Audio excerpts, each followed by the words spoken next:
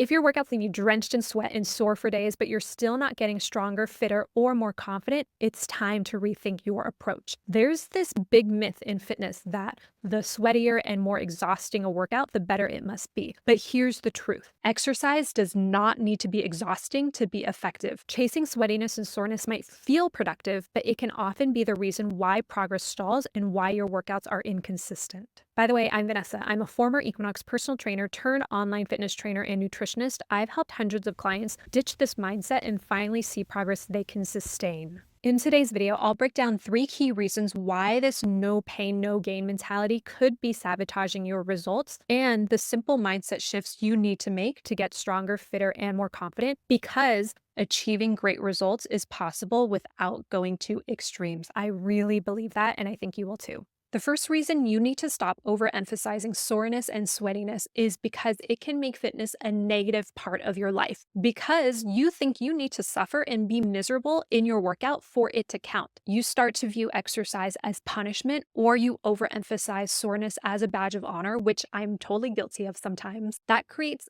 an unhealthy relationship with exercise and can really mess with your mental and emotional health. For example, exercise is typically tied to weight loss. It's constantly framed as something to do, kind of as punishment after a large meal. How many of you had pizza? You went to a potluck. It was your birthday. It was the holidays. You thought to yourself, I need to burn off all the calories that I ate last night. However, working out has so many more benefits that have nothing to do with losing weight. Benefits like building stronger muscles and bones, becoming more mobile and flexible and less stiff, reducing your anxiety, boosting your mood, developing more confidence, and just becoming a person who can stick to their workout commitments and follow through. Think about all the benefits you can gain. And if you're constantly thinking, I need to push myself to the max during this workout to burn off all the pizza I ate last night, you're potentially developing this unhealthy relationship with exercise that has to do with punishment. So instead of viewing exercise as punishment for eating a lot, focus instead on shifting your mindset to exercising because you see it as a way to gain certain benefits. Moving on to the next reason why you need to let go of this no pain, no gain mentality. And that's because it could be preventing you from making exercise a consistent habit. And I want to share a story about my client, Shiva.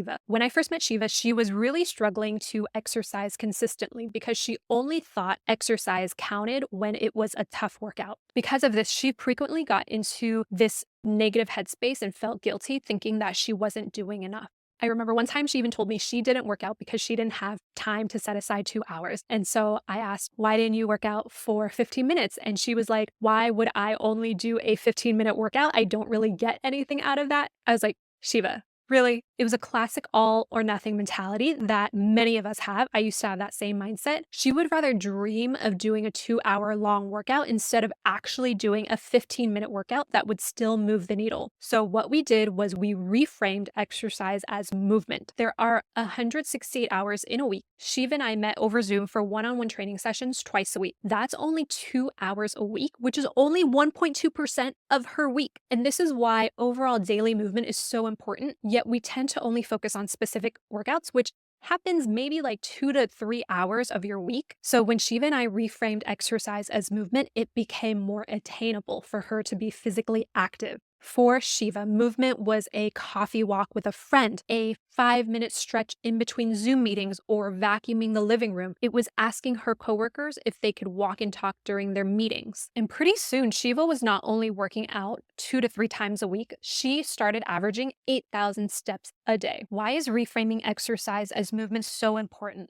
Because if you're trying to create a healthy lifestyle, how often you move is more important than how long you move. There's a Stanford University behavioral scientist named BJ Fogg, and he has this idea that confidence and motivation are created by the frequency of your success, not the size of your success. Meaning, the more times, aka frequency, you see yourself moving, the more it builds your motivation to keep moving. For Shiva, all of those coffee walks, walking meetings with coworkers, parking farther away, taking the stairs, stretching in between Zoom meetings. Those were all small, frequent wins that built Shiva's confidence and motivation to keep going on her fitness journey and eventually make it a lifestyle. One of the simplest ways you could become more consistent with exercise would be to start thinking of it as movement. Because again, I really want to drive this point home. Confidence and motivation are created by the frequency of your success, not the size of your success. So the shift here is, instead of only focusing on specific workouts, focus on how you can get more overall movement.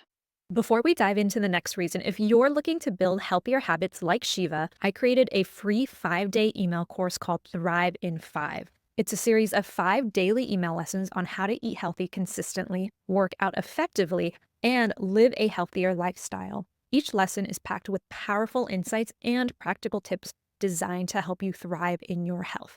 So if you're interested in that, click the link in the description box to sign up and you'll receive the first email right away. Anyway, let's move on to the next reason why you need to let go of the myth that exercise must be exhausting to be effective. And that's because it can lead to injuries. And I know that one is obvious, but let me give you a specific example that will resonate, especially if you do a lot of classes like Barry's Bootcamp, Orange Theory, F45. Let's take an exercise like tricep dips. First, there is nothing inherently bad about tricep dips when done correctly, but they're often done during a lot of HIIT classes where you're just doing tricep dips for a long time at a very high intensity. The music is pounding, you're drenched in sweat, you feel the burn in your arms, so you just keep pumping out dip after dip after dip. Now, why is this potentially harmful to do when you're not focused on form and just focused on pushing yourself to the limit? Notice here how the shoulder has a tendency to come forward during a tricep dip. The shoulder is known to have the highest range of motion in the body. And with that, it's also known to be the most unstable joint and